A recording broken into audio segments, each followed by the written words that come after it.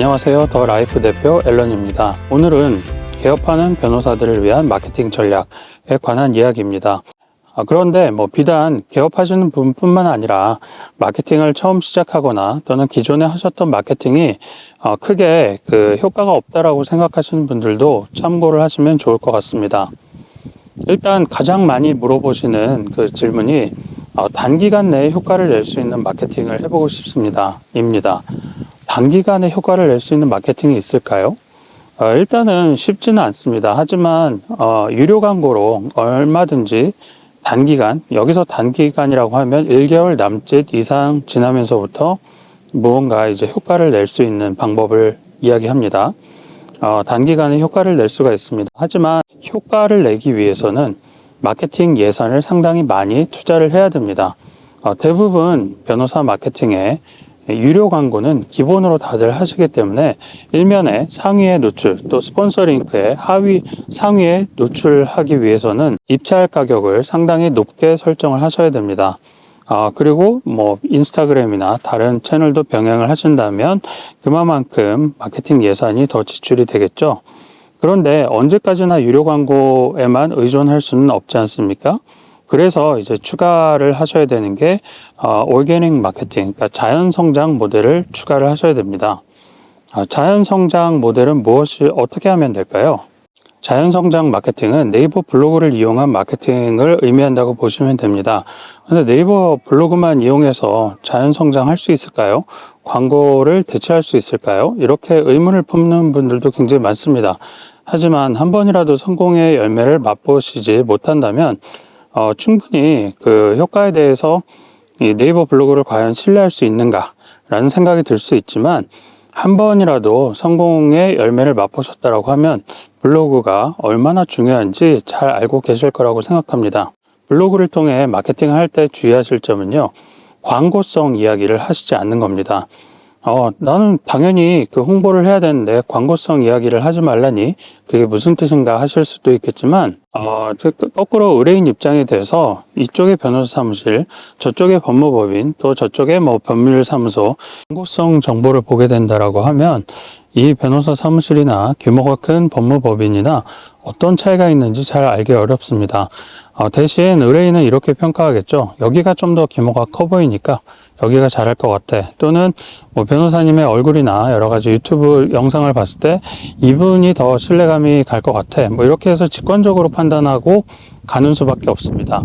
반면에 저희가 만약에 스토리텔링형의 콘텐츠를 넣어놨다라고 하면 사정이 많이 다릅니다.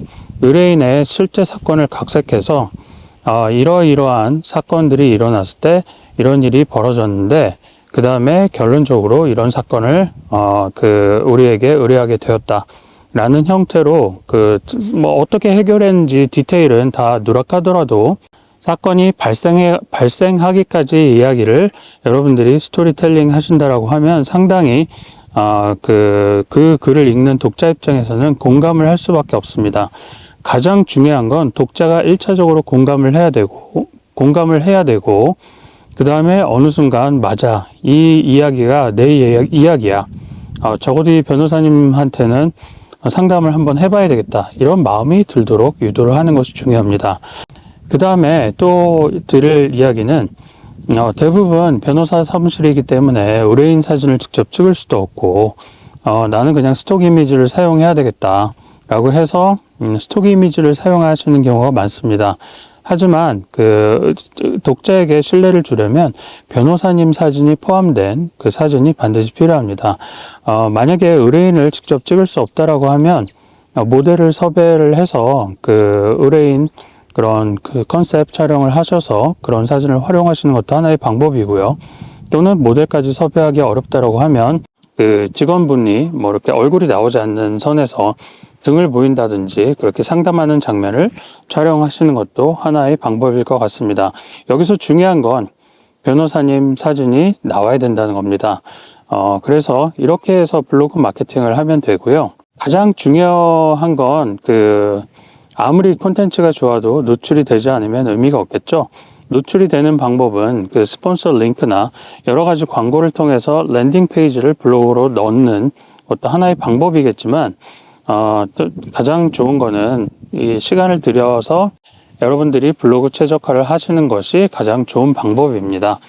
블로그 최적화라고 하는 거는 내가 원하는 키워드에 대해서 상위로 노출할 수 있는 그런 방법을 말하는데요. 상당히 루머도 많고 여러 가지 뭐 꼼수도 많이 있지만 여러분들이 정석으로 그 트레이닝을 받으셔서 블로그 최적화를 하셔도 조금 그 경쟁이 치열하지 않은 키워드에 대해서는 4, 5개월 정도, 경쟁이 치열한 키워드에 대해서는 블로그 최적화 정도에 따라서 10개월에서 1년 정도면 저희가 상위에 노출할 수 있습니다.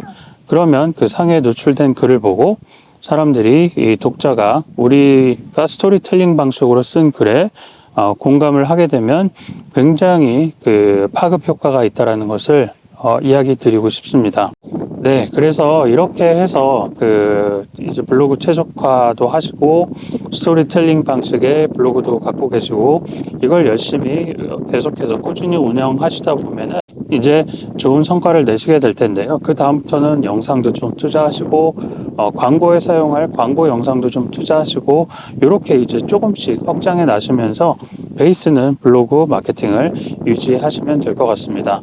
이런 내용이 너무 스트레스 받는다고 생각하시면 더 라이프 같은 그런 전문 업체에게 어느 정도 기반이 잡힐 때까지 스토리텔링 방식의 포스팅이 구성이 되고 실무적으로 운영이 되는지 하나의 이그젬플을 보시는 차원에서 한번 자문을 의뢰하셔도 좋을 것 같습니다.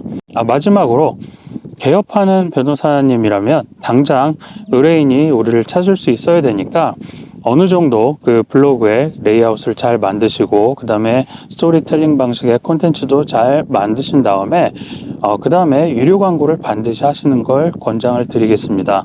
일단 입찰 가격이 높더라도 상위에 무조건 노출이 돼야 됩니다. 그렇기 때문에 상위에 노출되도록 디자인하시고 블로그 랜딩한 블로그에 의뢰인들이 우리를 신뢰할 수 있는 그런 그 콘텐츠를 반드시 넣어 놓은 이후에 광고를 시작하시면 될 것 같습니다. 블로그의 첫인상이 무척 중요한데요. 거기에 그냥 광고성 그래픽 작업을 한 이미지를 넣거나 아니면은 그 변호사님이 뭔가 뭐 이렇게 전통적으로 팔짱 끼고 뭐 이렇게 사진 많이 찍으시잖아요. 그런 사진으로 베이스된 그 이미지를 넣으신다라고 하면 다른 법률사무소와 큰 차별점을 느끼기 쉽지 않습니다. 그렇기 때문에 반드시 무언가 우리를 상징할 수 있는 스킨을 넣으시는 것이 좋은데요. 저라면 일러스트레이션 베이스의 그런 핸드라이팅으로 그린 그림을 추천을 드리고 싶습니다. 네, 이렇게 해서 오늘 개업하는 변호사님들을 위한 마케팅 전략이란 주제에 대해서 한번 이야기를 해봤습니다. 네, 감사합니다.